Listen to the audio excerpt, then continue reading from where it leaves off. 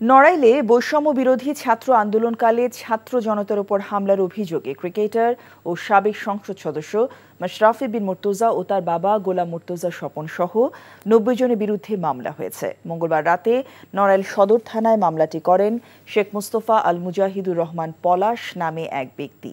মামলার এজাহারে বলা হয়েছে, কোটা সংস্কার আন্দোলনকালে ছাত্র জনতাকে রুখতে মাশরাফি ও তার বাবার নেতৃত্বে আসামিরা গত ৪ অগস্ট দেশীয় অস্ত্রের পাশাপাশি শটগান, বন্দুক, পিস্তল ও বোমা নিয়ে নড়াইল চৌরাস্তায় অবস্থান নেয়। পরে আন্দোলনকারী ছাত্র জনতার উপর অতর্কিত হামলা চালায়। এতে বহু আন্দোলনকারী গুরুতর আহত হন।